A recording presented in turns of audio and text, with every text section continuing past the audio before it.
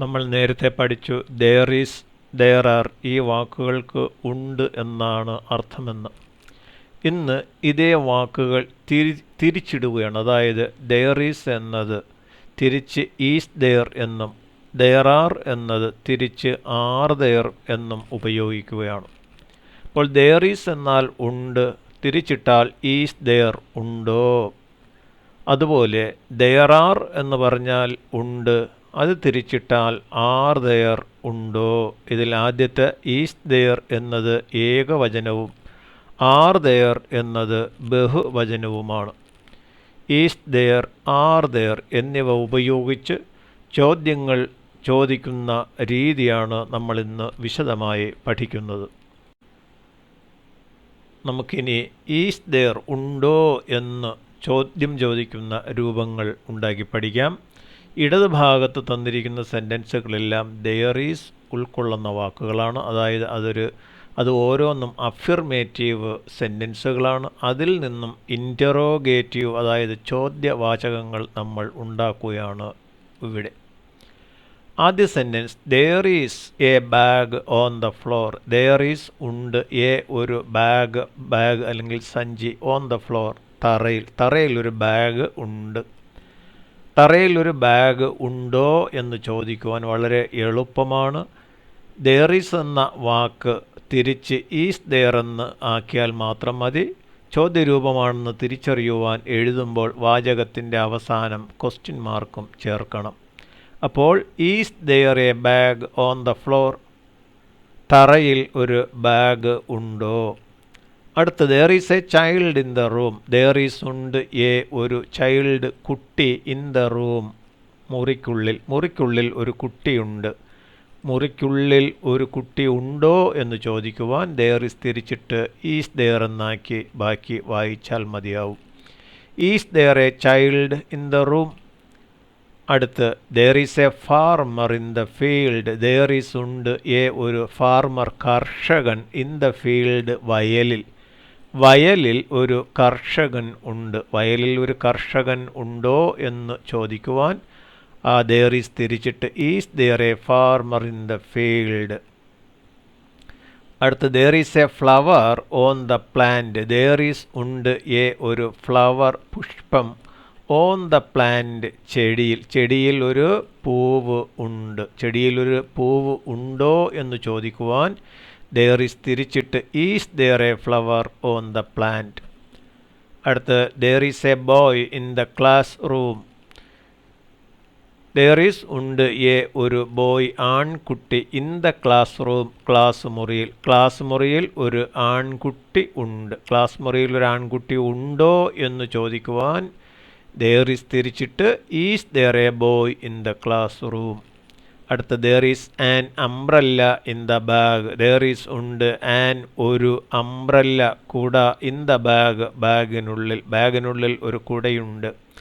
ബാഗിനുള്ളിൽ ഒരു കുടയുണ്ടോ എന്ന് ചോദിക്കുവാൻ there is തിരിച്ചിട്ട് is there an umbrella in the bag?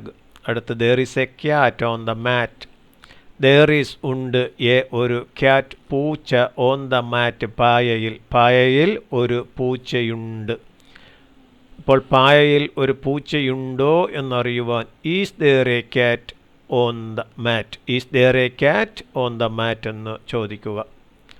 അടുത്ത് there is a pen on the table. മേശപ്പുറത്ത് ഒരു പേനയുണ്ട്. മേശപ്പുറത്തൊരു പേനയുണ്ടോ എന്ന് ചോദിക്കുവാൻ there is തിരിച്ചിട്ടാൽ മതി is there a pen on the table? അടുത്ത് there is a pot in the kitchen. അടുക്കളയിൽ ഒരു കലം ഉണ്ട്. there is ഉണ്ട്, ഒരു pot കലം, in the kitchen അടുക്കളയിൽ ഒരു കലമുണ്ടോ എന്ന് ചോദിക്കുവാൻ there is തിരിച്ചിട്ട് is there a pot in the kitchen എന്ന് ചോദിക്കുക. അടുത്ത് there is a dog at the gate. ഗേറ്റിനരികെ ഒരു പട്ടി ഉണ്ട്. ഗേറ്റിനരികെ ഒരു പട്ടിയുണ്ടോ എന്ന് ചോദിക്കുവാൻ there is തിരിച്ചിട്ട് is there a dog at the gate? is there ഉണ്ടോ, ഒരു ഡോഗ്, പട്ടി, at the gate ഗേറ്റിന് അടുത്ത് അല്ലെങ്കിൽ ഗേറ്റിനരികെ. അപ്പോൾ ഇവിടെ ഏകവചന രൂപത്തിലുള്ള സെൻറ്റൻസുകളാണ് തന്നിട്ടുള്ളത്. അത് ഉപയോഗിച്ചിട്ടാണ് നമ്മൾ അതിൽ നിന്നും ചോദ്യവാചകങ്ങൾ ഉണ്ടാക്കിയിരിക്കുന്നത്. ഇനി നമുക്ക് ആർ ദെയർ ഉപയോഗിച്ചുകൊണ്ടുള്ള ചോദ്യങ്ങൾ ചോദിക്കാം. ഇടതുഭാഗത്ത് ദെയർ ആർ ഉപയോഗിച്ചുകൊണ്ടുള്ള സാധാരണ സെൻറ്റൻസുകൾ, അതായത് അഫിർമേറ്റീവ് സെൻറ്റൻസുകളാണ് തന്നിട്ടുള്ളത്. അതിൽ നിന്നും ദെയർ ആർ തിരിച്ചിട്ട് ആർ ദെയർ ആക്കി നമ്മൾ ചോദ്യവാചകങ്ങൾ ഉണ്ടാക്കുകയാണ്. ഇവിടെ ആർ ദെയർ എന്ന് വെച്ചാൽ ഉണ്ടോ, അത് ബഹുവചന രൂപമാണ്. ആദ്യം ഇടതുവശത്ത് നോക്കൂ. There are many plants in the garden. There are ഉണ്ട്, മെനി അനേകം, പ്ലാന്റ്സ് ചെടികൾ, ഇൻ ദ ഗാർഡൻ പൂന്തോട്ടത്തിൽ അനേകം ചെടികളുണ്ട്. പൂന്തോട്ടത്തിൽ അനേകം ചെടികളുണ്ടോ എന്ന് ചോദിക്കുവാൻ ദെയർ ആർ തിരിച്ച് ആർ ദെയർ ഇട്ട് are there many plants in the garden എന്ന് ചോദിക്കുക. അടുത്ത there are many lions in the jungle. There are ഉണ്ട്, മെനി അനേകം, ലയൺസ് സിംഹങ്ങൾ, ഇൻ ദ ജംഗിൾ വനത്തിൽ അനേകം സിംഹങ്ങൾ ഉണ്ട്. വനത്തിൽ അനേകം സിംഹങ്ങൾ ഉണ്ടോ എന്ന് ചോദിക്കുവാൻ ദെയർ ആർ തിരിച്ചിട്ട് ആർ ദെയർ ആക്കി തുടർന്ന് വായിക്കുക. Are there many lions in the jungle. അടുത്ത there are several books in the library. There are ഉണ്ട്, സെവറൽ അനേകം, ബുക്സ് പുസ്തകങ്ങൾ, ഇൻ ദ ലൈബ്രറിയിൽ അനേകം പുസ്തകങ്ങൾ ഉണ്ട്.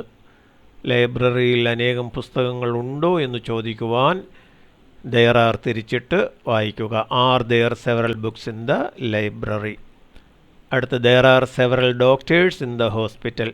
ദെയർ ആർ ഉണ്ട്, സെവറൽ അനേകം, ഡോക്ടേഴ്സ് ഡോക്ടർമാർ, ഇൻ ദ ഹോസ്പിറ്റൽ ആശുപത്രിയിൽ അനേകം ഡോക്ടർമാരുണ്ട്. അത് ചോദ്യമാക്കുവാൻ are there several doctors in the hospital. അടുത്ത there are many jack fruits on the tree. There are ഉണ്ട്, മെനി അനേകം, ജാക്ക് ഫ്രൂട്ട്സ് ചക്കകൾ, ഓൺ ദ ട്രീ മരത്തിൽ അനേകം ചക്കകൾ ഉണ്ട്. മരത്തിൽ അനേകം ചക്കകൾ ഉണ്ടോ എന്ന് ചോദിക്കുവാൻ ദെയർ ആർ തിരിച്ചിട്ട് are there many jack fruits on the tree. അടുത്ത there are several buildings in the street. There are ഉണ്ട്, സെവറൽ അനേകം, ബിൽഡിങ്സ് കെട്ടിടങ്ങൾ, ഇൻ ദ സ്ട്രീറ്റ് തെരുവിൽ അനേകം കെട്ടിടങ്ങൾ ഉണ്ട്.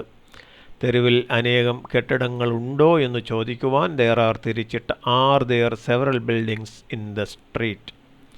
അടുത്ത there are many people in the meeting. There are ഉണ്ട്, മെനി അനേകം, പീപ്പിൾ ജനം, ഇൻ ദ മീറ്റിങ്ങിൽ അനേകം ജനങ്ങളുണ്ട്. R there many people in the